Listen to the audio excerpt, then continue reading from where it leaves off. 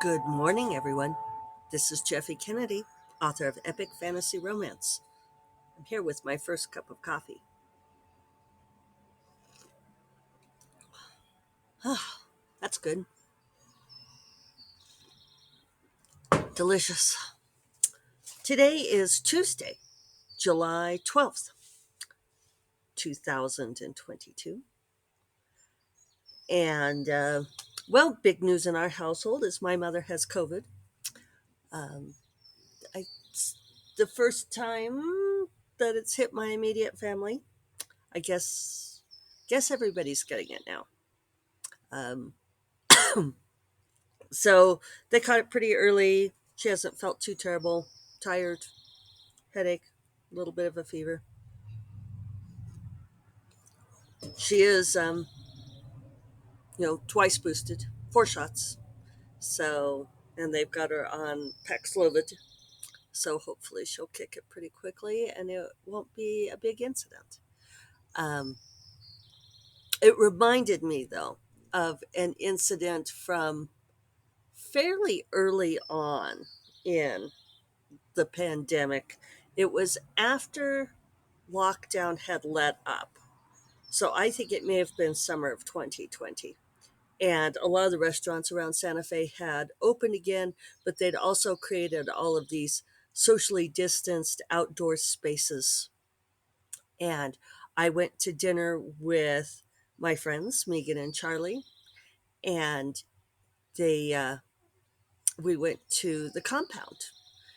And the compound had set up these tents, those, like the kinds you get for parties. They'd set up tents with tables in them. So we'd been hoping to like sit on the patio, just have drinks on the patio and hors d'oeuvres and stuff. And it turned into this whole, we couldn't because the patio had been taken up by the tents because in case it rained, I guess. But we were having a good time and we were talking about New Mexico had a mask mandate very early on. So, we were talking about people wearing masks and not wearing masks. And the young man came up to fill our water glasses. And there was something about where we're explaining our conversation to him. We're like, oh, we were just discussing masks and we appreciate you wearing yours. And because all the servers were really, but we were sort of, like sometimes you randomly include the server in your conversation. And he said, oh yeah, he said we're all wearing masks because we have to. And he says, but I figure, um, there's not a lot of point in it because sooner or later we'll all just have it. And there may have been more to it, but it was really kind of funny because we went from being jovially optimistic and compliant to this like complete downer. And the young man left again, and and Megan said, "Well, that went downhill fast."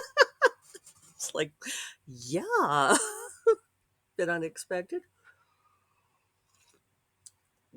And now I feel like sooner or later we're all going to have it, right? He was oddly prescient, which I don't attribute to any foresight of his, but uh, seems to be the case. At Megan and Charlie's wedding, somebody asked the morning after when we were all kind of like sitting around in a big circle nursing our hangovers, and somebody said, "So, has everyone here had COVID already?" Which I thought was a funny question. And I think several other people did too, because people were like, no. And I said, not to my knowledge. And a couple of gals said, yeah, not to my knowledge. If we've had it asymptomatically.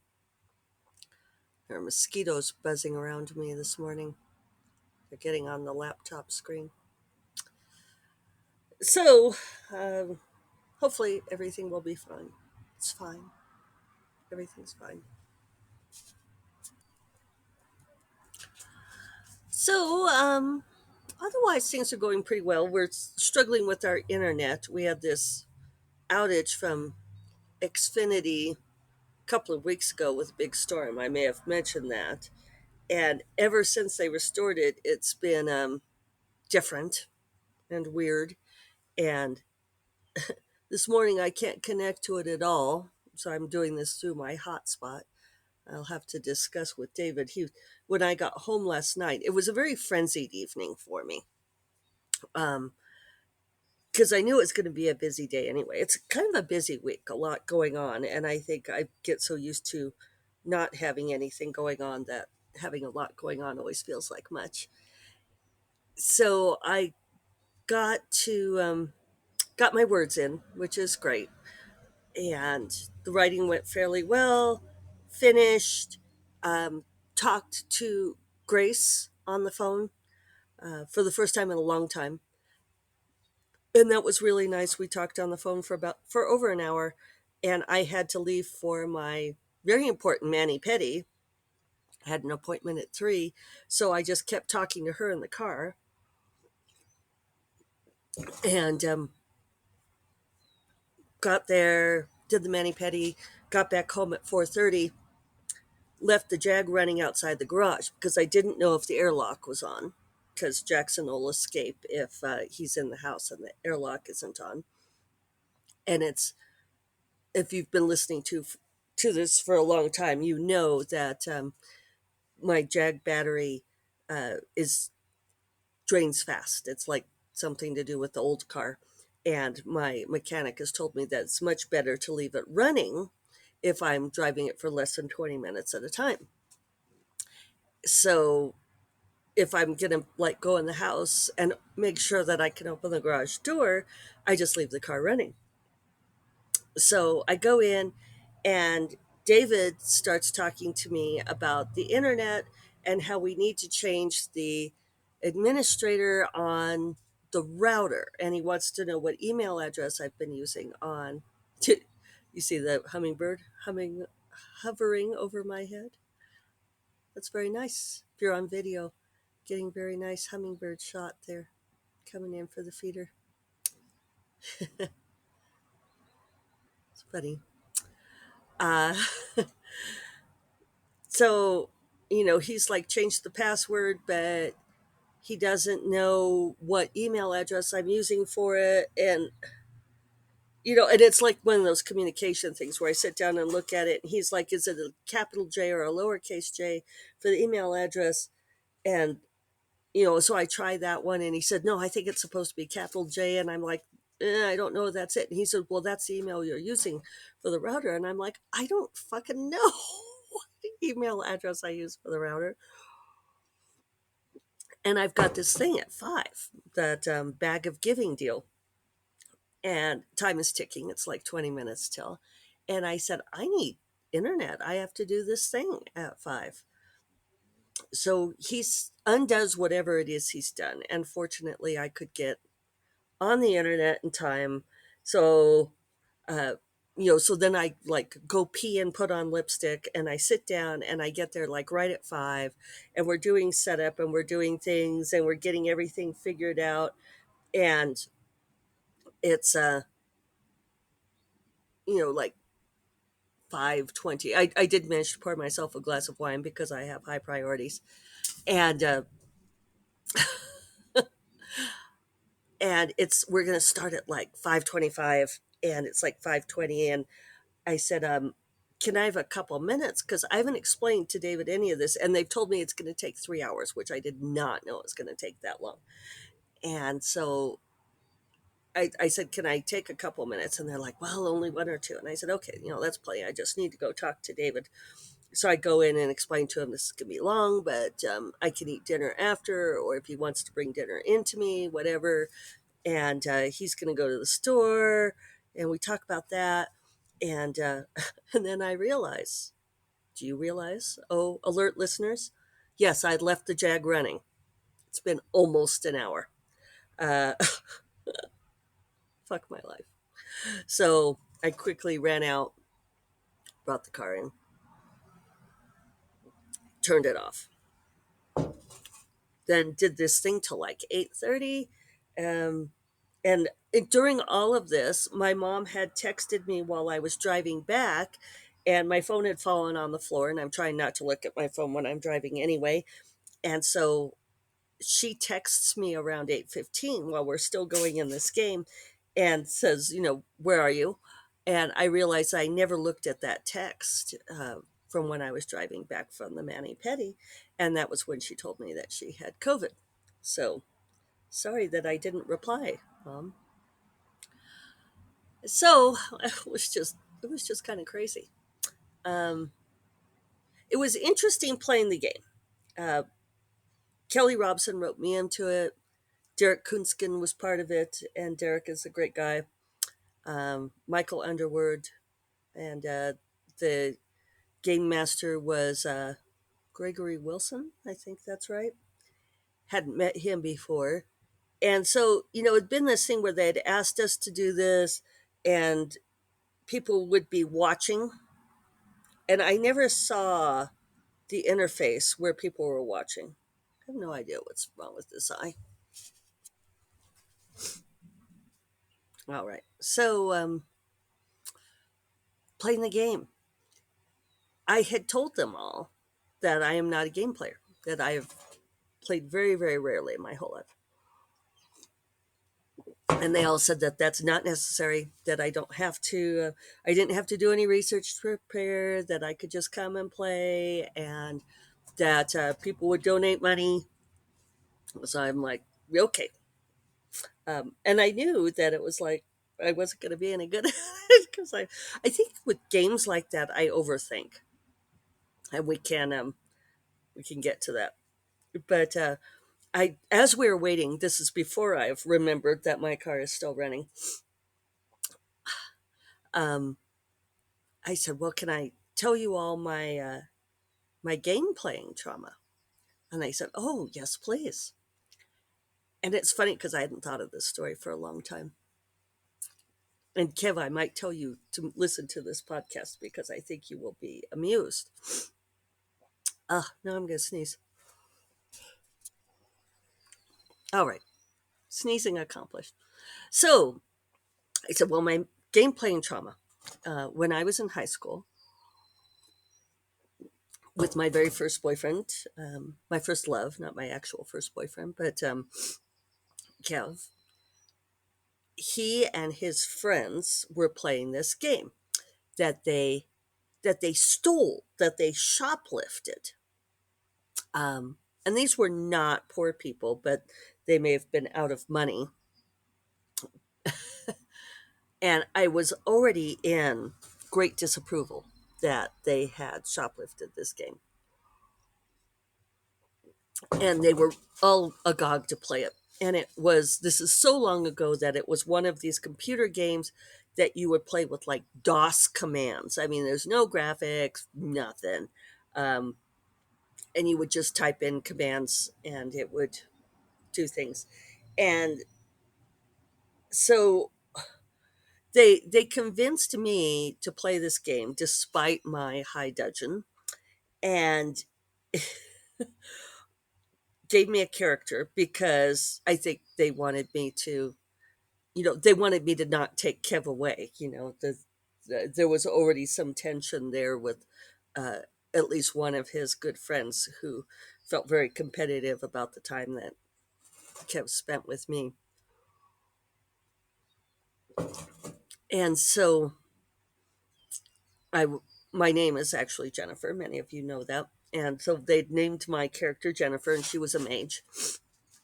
And and I was just starting to get kind of intrigued because I had like these mage powers and could do things. And then all of a sudden we're like going down some tunnel or something, and the DOS readout says a pit, Jennifer dies. And I was like, wait, what does that mean? And they're like, oh well, you didn't have enough power or whatever. We all fell in the pit, but you died. And I'm like, well, do I get another life or whatever? And they said, no, you're dead now. And and it's funny because I remember this so vividly, and I was so annoyed, and I was telling them all this story, kind of half in jest, just saying, you know, here's my game playing trauma, and I've really never gotten into role playing games. And Gregory said, I mean, he was incredibly sweet. I hope I'm getting his name right. He was incredibly sweet and said, I'm feeling like I should look up his name. Hold on, let me make sure I'm getting it right. I was right, Gregory Wilson. I remembered better than I thought. So anyway, Gregory took this incredibly seriously, and he said, game playing came at a time in my life, also in high school, when I needed it very, very much. And in many ways, it saved me. And so I'm really sorry to hear stories like this because of a bad experience. And he says, and there are other stories of people who had bad experiences like this from inexperienced game players who didn't take things seriously and didn't take care of the other players. And I'm really sorry that happened to you. It makes me a little verklempt. I wanted to say, I mean, I nearly came back and said, well, it wasn't that big of a deal. I'd always thought it was kind of a funny story, but looking back, I wonder how much of that bad experience did affect the fact that I really never wanted to play any role playing games again. And it's not, if you do listen to this, Kiff, maybe I won't tell you to listen.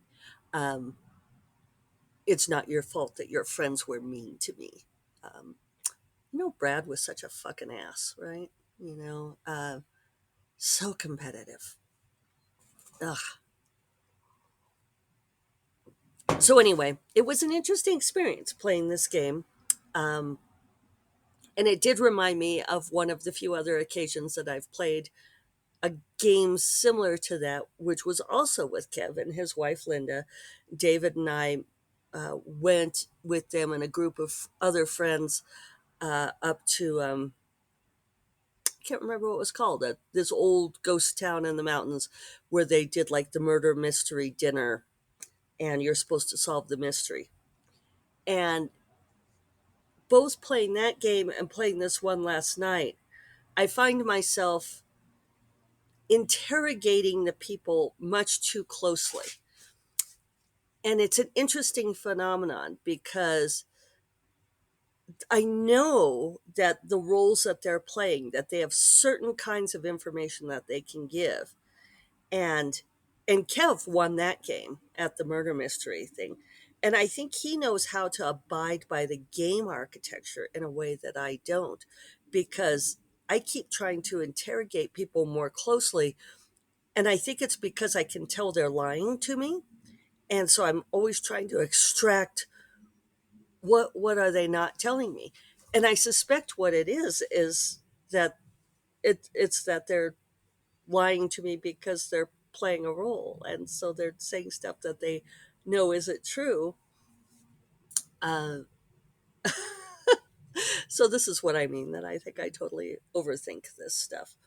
um, it's it's a funny thing, isn't it? So yes, a pit. Jennifer dies. uh, I did kick ass with my bow and arrow and my quarterstaff in the game last night, so cheers. um, Yeah, I know that's probably shocking to all of you that I may overthink these things. Um, I was also, I understand now more why so many fantasy writers generate books from their fantasy role playing games, um, which I do think has a certain stamp to it. And there were a couple of people who were like doing more to like be descriptive and talk about the storytelling type things that they were doing. And I feel like I did not quite get into that because Gregory was doing a great job of leading me through it, and I think he was being especially tender with me, knowing that I had this like terrible trauma from the pit in my teenage years. And at the end, everybody congratulated him on being a great game master, which probably should have just echoed, but I don't know from good or bad. But I enjoyed it, and he was walking me through stuff. But at one point, he's like, all right, because I decided to rescue this deer. And he said, so what are you going to do? And I was like, I don't know what to say. And there was one other uh, person who was being much more descriptive. And so I don't know. It was interesting to play. So that was my yesterday. Hopefully today will be a little bit smoother. Hopefully my mom will be feeling better. Hopefully my stepdad won't catch it from her. And yeah, and then I have to save this sticky note again for like Thursday. So uh, yeah, I'll go get to work, get away from these mosquitoes, and I will talk to you all on Thursday. You all take care. Bye bye.